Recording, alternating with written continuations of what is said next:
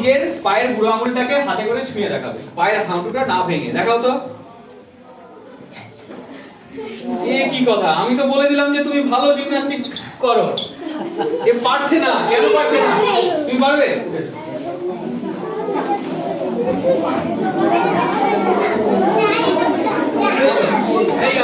জিত হয়ে গেছে, তাহলে যাও একদম দেওয়ালে ঠেকিয়ে দাও পাটাকে। হ্যাঁ দেওয়ালে ঠেকা, গোড়ালিটা দেওয়ালে ঠেকা। হ্যাঁ এবার ধরো ধরো। ও পারছে না, পড়ে যাচ্ছে। কেন হচ্ছে? আরেকবার। এই পড়ে যাচ্ছে। আমরা কেউই পারবো না। আমাদেরকে যদি বলা হয় একদম গোড়ালিটা দেওয়ালে টাচ করে আমাদের হাঁটুটা এই পায়ের বুড়ো আঙুলটাকে টাচ করতে, আমরা কেউ পারবো না। তেমনি আরো একটা জিনিস দেখাচ্ছি, এই স্যারকে দিয়েই দেখাই।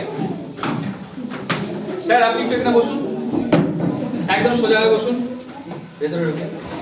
স্যার এখানে বসে আছে। স্যার আপনি আমার হাতটাকে টাচ না করে উঠে দাঁড়িয়ে দেখান। আমার হাতে যেন আপনার গায়ের কোনো অংশ টাচ না হয়।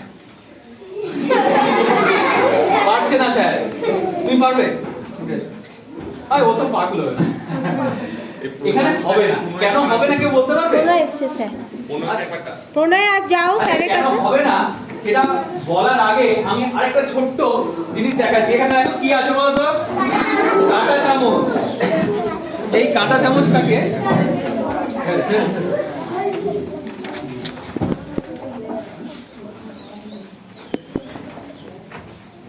ভেসে আছে না কাঁটা চামচটা? একটা ওই দাঁত খোঁচানোর কাঠির উপর ভাসিয়ে রেখেছি, দেখতে পাচ্ছ? কাঁটা চামচ কি এরকম ভেসে থাকে? কিভাবে ভেসে আছে কে বলতে পারবে? দেখো জাস্ট একটা কাঠির উপর, কাঁটা চামচ কিন্তু বোতলের উপর নেই, একদম বাইরে ভাসছে। এবার স্যার বলবেন যে কিভাবে কাজ করছে। স্যার বলুন।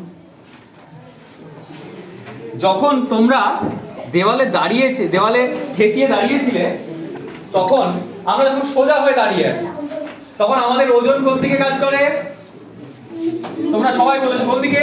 নিচে। কিন্তু আমরা কি নিচে ঢুকে যাচ্ছি? না। কেন ঢুকছি না? কারণ এই যে আমরা দাঁড়িয়ে আছি না, এই যে মেঝের উপর দাঁড়িয়ে আছি, মেঝে আমাদেরকে উপরের দিকে একটা বল দিচ্ছে, তার নাম প্রতিক্রিয়া বল। এবং বড় হয়ে পড়বে, নিউটন বলে একজন বিজ্ঞানী ছিলেন, তিনি অনেক কিছু জিনিস আবিষ্কার করে ফেলেছিলেন। তার জন্য আমাদেরকে অনেক কিছু চ্যাপ্টার পড়তে হয়। সেই বিজ্ঞানী বলেছিলেন যে প্রত্যেকটা ক্রিয়া বল, কোথাও যদি আমি কাউকে ঠেলি, তাহলে উল্টো দিকে রেখে সেও আমাকে ঠেলে। তেমনি আমি যখন মেঝেতে দাঁড়িয়ে আছি,